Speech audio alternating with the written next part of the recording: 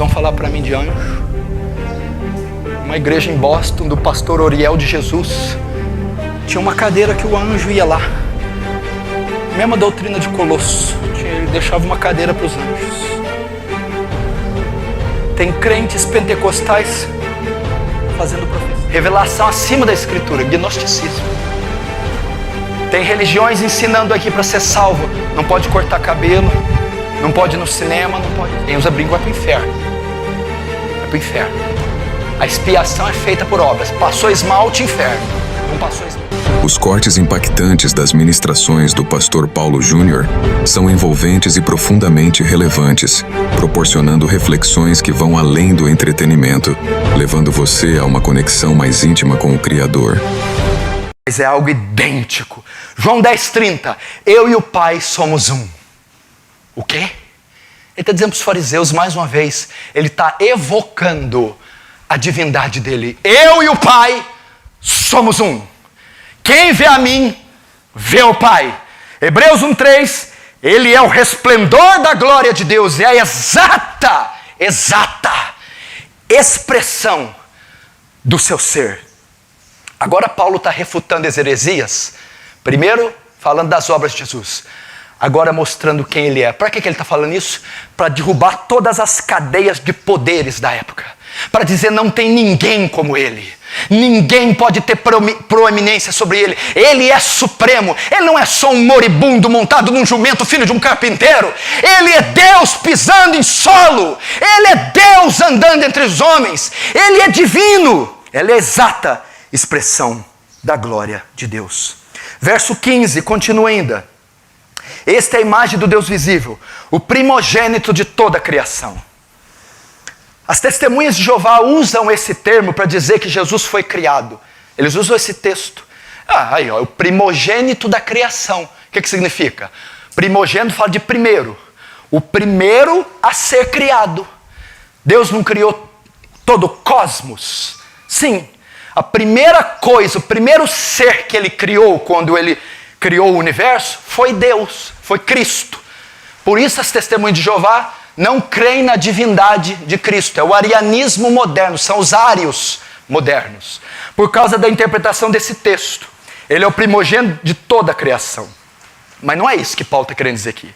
Na cultura grega e judaica, o primogênito era aquele que tinha direito da herança do pai. É aquele que herdava domínio, governo sobre tudo. É nesse tom que Paulo fala. Quando ele diz ele é primogênito de toda a criação, ele herdou direito legal do Pai de ser o governante máximo da criação. Ele tem domínio sobre toda a criação. Ele é o chefe e senhor de toda a criação. Isso significa ser primogênito, aquele que tinha direito à herança do Pai. Herdava todas as coisas, dominava sobre tudo. Ele tem preeminência e tem direito sobre toda a criação. É com esse sentido que Paulo fala. Ele é o primogênito de toda a criação. Então o que ele está querendo dizer para os crentes colossenses? Ele é Senhor destes anjos, ele é Senhor desses gnósticos, ele é Senhor da terra, ele é Senhor do universo, ele é o primogênito, ele tem direito, ele herdou do Pai, ele domina sobre tudo, ele é o primogênito da criação. E por que ele tem esse direito? Porque ele é o primogênito. Por quê? Por que ele herdou tudo? Porque ele tem esse domínio, esse governo do universo. Porque foi dado a ele as rédeas do universo. Porque o trono foi dado a ele. Porque ele tem proeminência, primazia e supremacia sobre tudo. Por quê? O verso 16 responde: pois nele foram criadas todas as coisas, nos céus e sobre a terra, as visíveis e as invisíveis, sejam tronos, sejam soberanias, quer principados, quer potestades. Sabe por que ele tem direito? Porque ele criou todas as coisas. Só por isso. Ele tem direito porque ele é o agente da criação. Ele é o responsável por criar tudo. Sabe o que significa essa palavra no original grego? Porque nele foram criadas todas as coisas. A palavra que Paulo emprega ali quer dizer origem. Origem. O que quer dizer? Todas as coisas que existem se originaram de Cristo. É isso que ele está dizendo. Ele está dizendo ali, ele está escrevendo isso aqui em grego. Tudo que existe deve a sua origem a Cristo. Todas as coisas foram criadas por Ele, através dEle. Na verdade, esses espíritos a quem vocês temem, esses gnósticos a quem vocês temem, essa sabedoria a qual vocês respeitam, tudo isso está debaixo da égide do governo, e tudo isso deu-se origem através de Cristo. Cristo é o Criador, por isso Ele é o primogênito. Ele fala, sejam tronos, soberania, dominações, sejam principados, sejam potestades. Ele fala, essas hierarquias capetais, diabais, que vocês creem, esses espíritos, porque os falsos mestres ensinavam que as entidades controlavam o universo, e que elas faziam uma ponte até Deus, mediavam. E para passar por esses poderes e vencê-los, era necessário cultuá-los. Se você ler a epístola de Colossenses, você vai ver esse termo, culto aos anjos. Eles temiam essas entidades. Tinham medo delas, sabiam que eram más, mas elas eram o único caminho de entrar e de comunicar até ir até Deus. Paulo vai dizer, sejam tronos. Por quê? Ele está falando a língua deles. Eles acreditavam que tinham tronos, o chefe maior, soberanias, as hierarquias mais baixas, dominações, principados, potestades. E de certa forma, eles estavam descrevendo as hierarquias satânicas. Mas Paulo usa a linguagem dele para dizer, tudo bem, sejam tronos, sejam soberanias, sejam dominações, sejam principados, sejam potestades, seja o arcanjo Miguel, seja o anjo Gabriel, seja os serafins, seja o querubim ungido, todos eles tiveram origem na pessoa de Cristo. Todos eles são criaturas, todos eles foram criados, e foram criados por Cristo. Cristo é a fonte primária da existência deles. Cristo é quem os criou. Cristo é quem deu origem a eles. Alguns acreditavam até que Jesus era semelhante a eles. Alguns adventistas acreditam que Jesus é semelhante ou é até o anjo Miguel. Paulo refuta isso dizendo, não. Ele é o criador dos anjos, Ele é o criador dos arcanjos, Ele é o criador dos querubins, Ele é o criador dos serafins. Ele não criou os demônios caíram, pecaram, mas até dos demônios, toda a hierarquia satânica, Ele é Senhor deles também, Ele é o criador deles também, Ele que deu origem a eles, ainda que eles se tornaram maus. E por que Ele deve ser adorado e está acima dos anjos? Por quê? Porque a Bíblia diz que tudo foi criado por Ele, não é isso? Pois nele foram criadas todas as coisas, olha lá, nos céus, na terra, e visíveis e invisíveis. Sejam tronos, sejam soberanias, quer principados, quer potestades.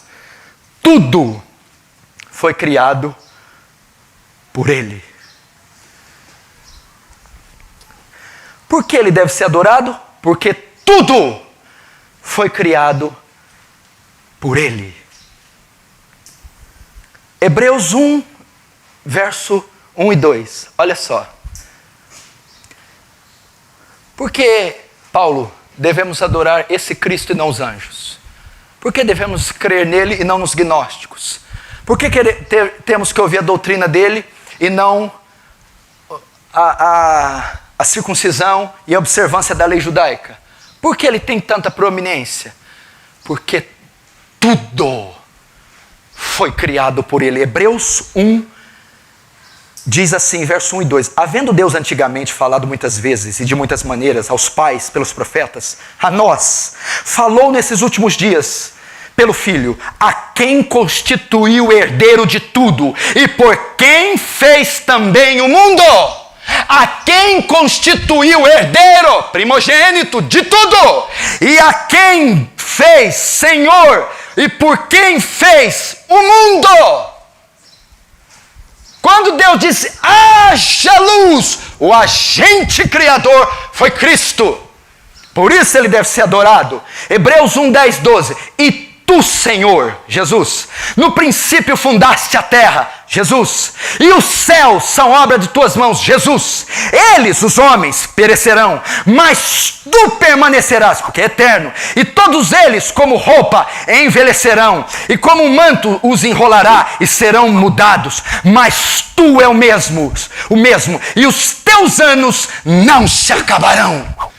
Por isso ele deve ser adorado. Ele é o Criador. Mas veja, a Bíblia não diz que tudo, a Bíblia não diz somente que tudo foi criado por Ele, mas também foi criado para Ele. Opa, temos algo aqui. É igual um pregador que pregava Salmo 23. Ele pregava expositivamente. O Senhor é meu pastor, nada me faltará. Ele parava no O. Opa, nesse O tem muita coisa. Depois vamos para Senhor. Vamos ficar no O.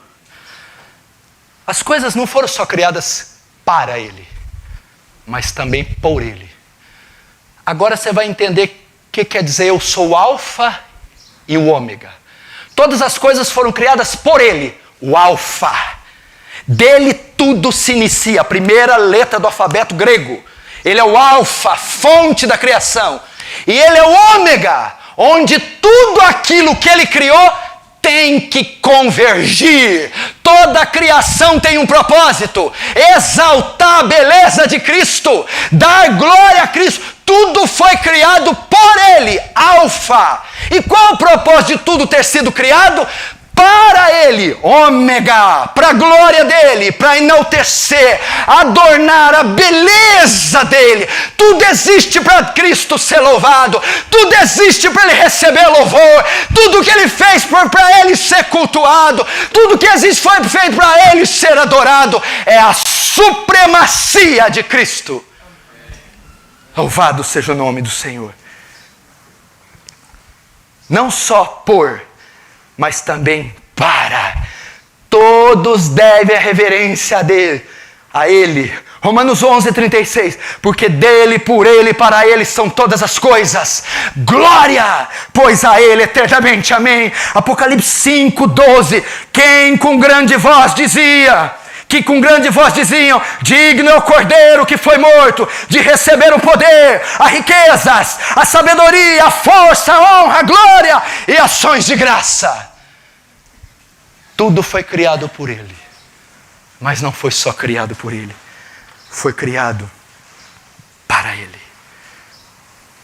Para Ele. Ele é o Alfa, a origem de tudo, e Ele é o Ômega, onde tudo deve convergir. Qual a última vez você vestiu uma meia para a glória dele? Qual a última vez você comeu um pão com mortadela para a glória dele? É dele o pão, ele que criou. Qual a última vez você tomou uma brisa e disse, louvado seja o Senhor por ter soprado essa brisa? Tudo veio dele. E tudo deve ser devolvido para ele. Menos o show do Coldplay.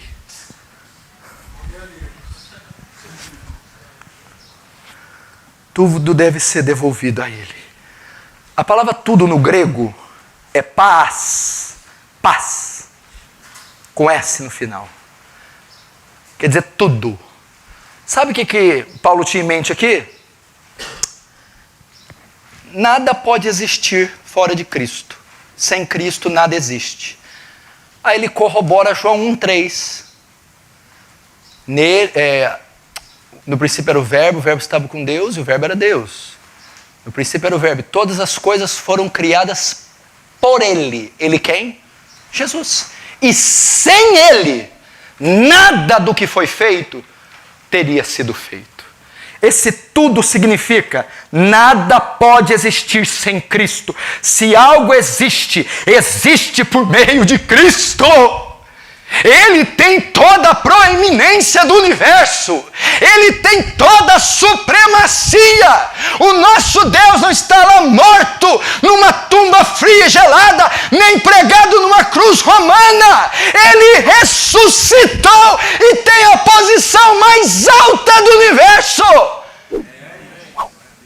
Ele tem que ser honrado, adorado, aclamado. Ao menos pela igreja, no mundo onde ninguém o adora.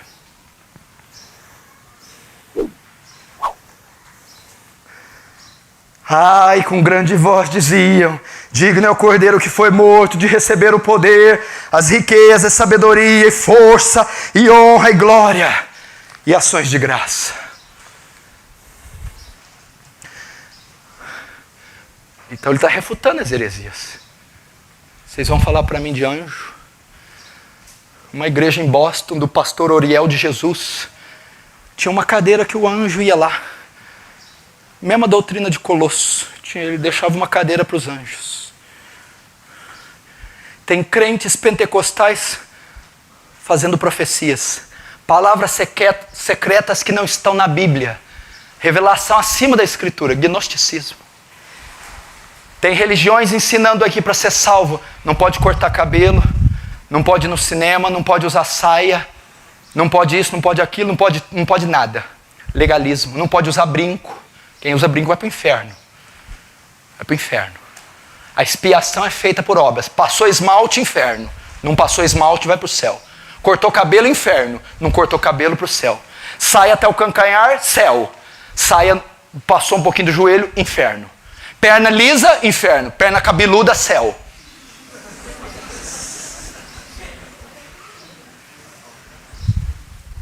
Está tudo aí hoje. Está tudo aí. O asceticismo também está aí. Verso 17.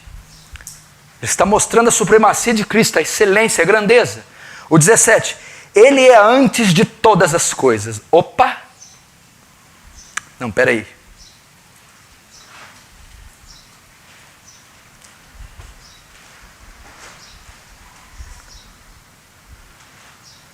Ah, tá. Ok, achei.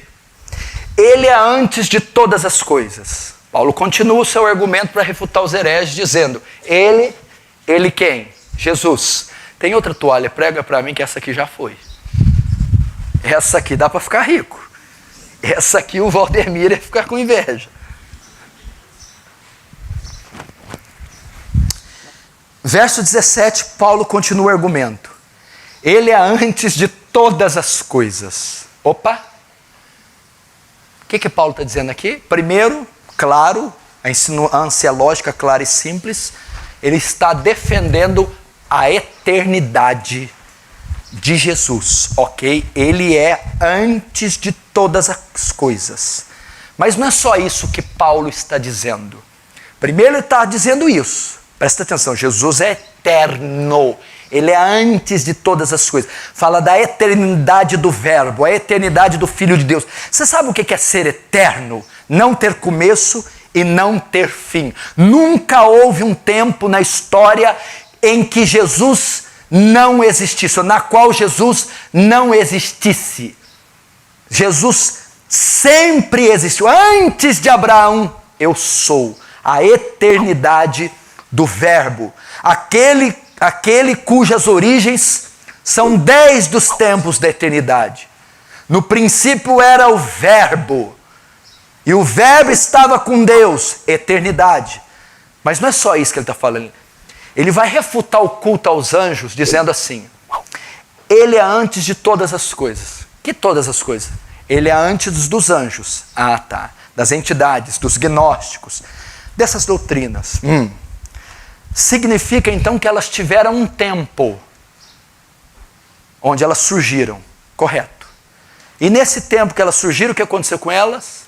Elas foram criadas. Quando Paulo está dizendo ele é antes de todas as coisas, ele está dizendo Jesus nunca foi criado. Jesus não é uma criatura.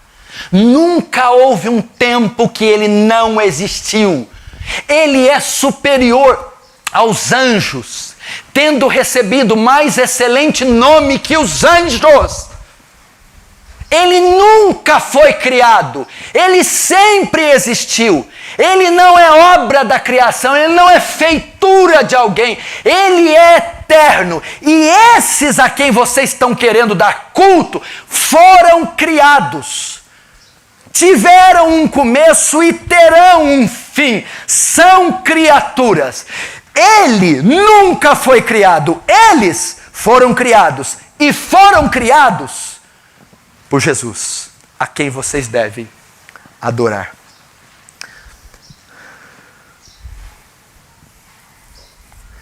A supremacia de Cristo não envolve só a posição.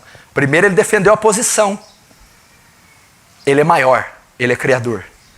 Mas a supremacia também envolve tempo. Porque pode dizer, tá bom, ele é grande, tá bom, ele é forte, tá bom, ele criou, tá bom, ele é poderoso. Mas um dia ele passou a existir. Não, a supremacia não só fala da posição, do tamanho, da força. Mas a supremacia também fala do tempo. Nunca houve um tempo que Jesus não tenha existido. Ele nunca foi criado. Não pense isso jamais. Jesus foi criado. Quando ele se tornou carne no ventre da mãe, ele não estava sendo criado, ele estava se encarnando. Porque quando Isaías fala, ó, um menino nos nasceu e um filho se nos deu. Menino, parte humana, nasceu. Filho nos deu, filho não nasceu. Era a encarnação, a parte humana. Jesus não estava sendo criado no ato da concepção, quando Maria deu à luz. Um filho se nos deu e um menino nos nasceu. Menino, homem, encarnação, nasceu. Filho foi dado, enviado, não nasceu.